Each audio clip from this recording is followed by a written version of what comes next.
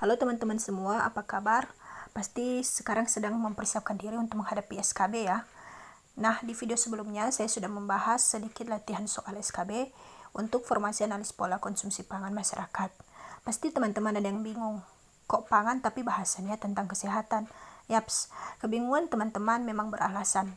Karena saya juga tahun lalu, ketika di posisi ini mau SKB, semua bahan yang saya siapkan adalah bahan tentang pangan, bahan tentang pertanian. Tidak ada bahan tentang kesehatan ataupun tentang ilmu gizi.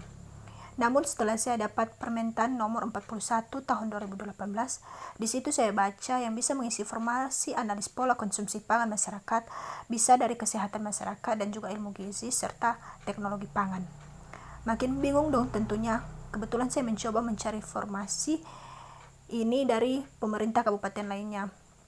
Rupanya di daerah lain, justru yang boleh melamar ke formasi ini hanya dari jurusan kesehatan dan ilmu gizi. Jurusan pertanian seperti saya tidak diperkenankan untuk melamar. Untung saya di kabupaten saya bisa melamar dari jurusan pertanian. Saya semakin tertantang untuk mencari bahan bacaan lainnya. H-7 hari sebelum saya ujian SKB, barulah saya belajar tentang kesehatan masyarakat dan tentang ilmu gizi. Padahal saya sudah sangat percaya diri dengan bahan-bahan pangan dan ilmu pertanian lainnya yang saya siapkan untuk SKB. Tiba saatnya mengikuti ujian dan benar saya mendapatkan soal yang dimana kesehatan umum berkisar 30% dan soal tentang ilmu gizi, baik itu gizi klinis maupun gizi masyarakat 70%.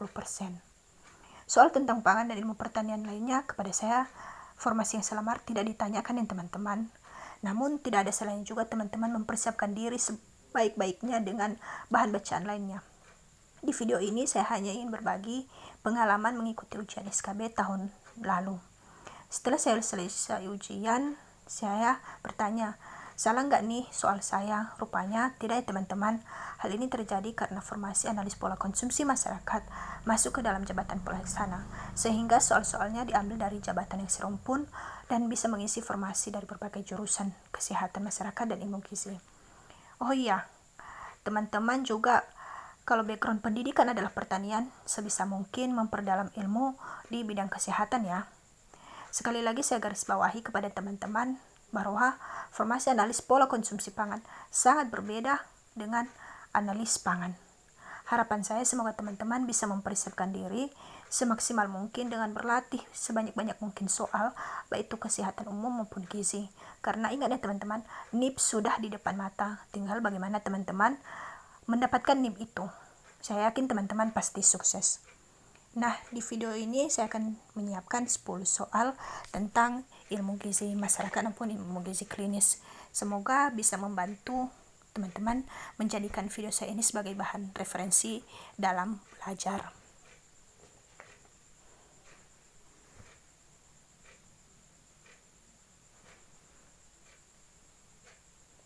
Oh iya, saya akan memulai ya teman-teman. 1. Seorang anak dirawat di rumah sakit karena demam berdarah dengan IgC dan IgM untuk dengue positif. Hasil pemeriksaan trombosit di bawah normal. Asupan gizi apa yang perlu diperhatikan pada kasus di atas? Maka yang menjadi jawabannya adalah bagian B. Prinsip diet, yaitu untuk DBD adalah TK, TP atau tinggi kalori dan tinggi protein. Harap teman-teman memperhatikan ya setiap penyakit itu, dia itu harus diet apa, diet karbohidrat, diet protein. Dan untuk DBD adalah diet TKTP. Kedua, Tuan B menderita diabetes dan dirawat di rumah sakit. Bahan makanan yang sebaiknya diberikan pada Tuan B.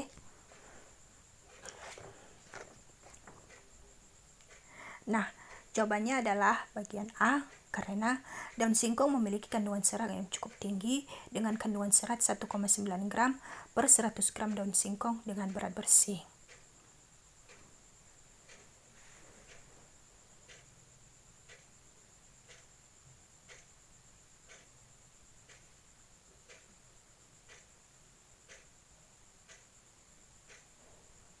Ketiga, seorang wanita umur 45 tahun, tinggi badan 160 cm, berat badan 54 kg. Dia didiagnosa menderita penyakit ginjal kronis dengan terapi hemodialisa.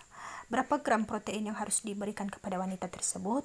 Maka jawabannya adalah bagian B. karena penjelasannya protein yang diberikan kepada pasien GGK dengan hemodialisa menggunakan perhitungan ya teman-teman.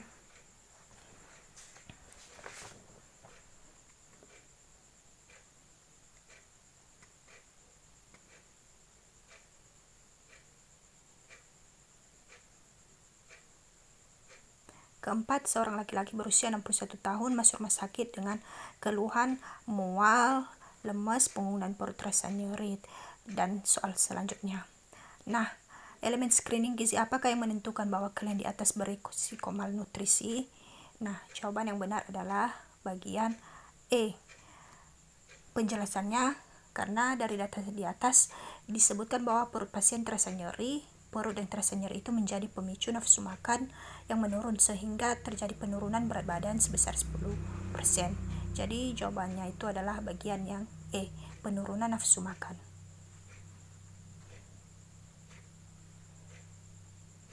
Kelima, cara individu atau kelompok individu dalam memilih pangan dan mengonsumsinya sebagai reaksi terhadap pengaruh psikologi, sosial dan budaya. Apakah yang dimaksud?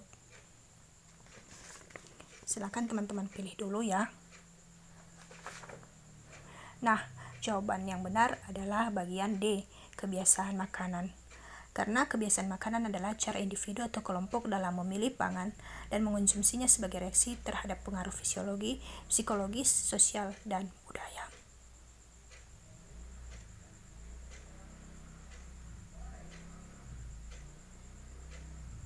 Enam, diasumsikan sikap seseorang terhadap makanan suka atau tidak suka akan berpengaruh terhadap konsumsi pangan. Apakah yang dimaksud? Silakan dijawab dulu teman-teman ya. Nah, jawabannya adalah D. Pembahasannya, cara seseorang bersikap terhadap makanan dengan pernyataan suka atau tidak suka merupakan suatu yang tabu dalam pangan. Adanya tabu makanan ini membuat seseorang menjauhkan diri dari mengkonsumsi makanan dan minuman tersebut, sehingga menimbulkan rasa suka atau tidak suka terhadap suatu makanan. Ketujuh, Hari Diabetes Sedunia diperingati setiap. Nah, sebagai tambahan kepada teman-teman juga untuk mempersiapkan diri membaca hari-hari penting tentang kesehatan ya. Untuk jawaban nomor 7 ini adalah bagian B. Hari Diabetes Sedunia diperingati setiap tanggal 14 November. Bentar lagi nih.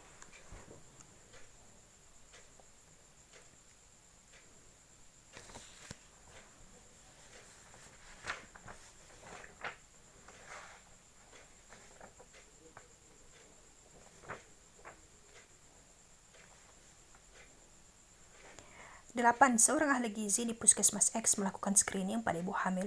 Hasil screening gizi ibu hamil di Puskesmas Pulau X terdapat 61% ibu hamil dengan nilai kurang dari 23,5 cm.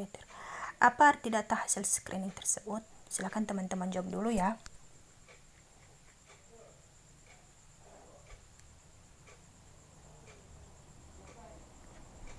Nah, jawabannya adalah bagian B.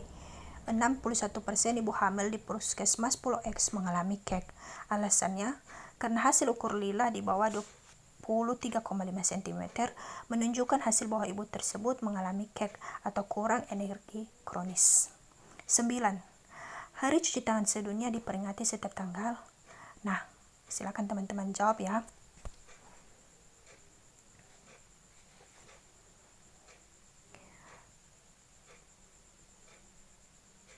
Jawabannya adalah bagian D, tanggal 15 Oktober.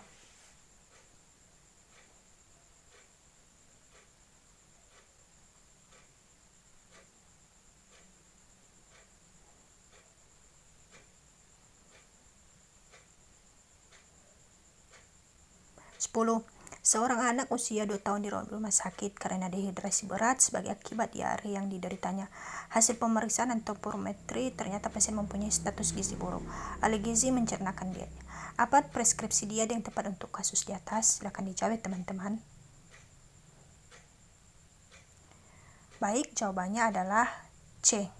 Diet fase stabilis. Pembahasannya adalah tahapan dalam tata laksana gizi buruk ada 4 fase, yaitu stabilisasi, transisi, rehabilitasi, dan tumbuh kejar.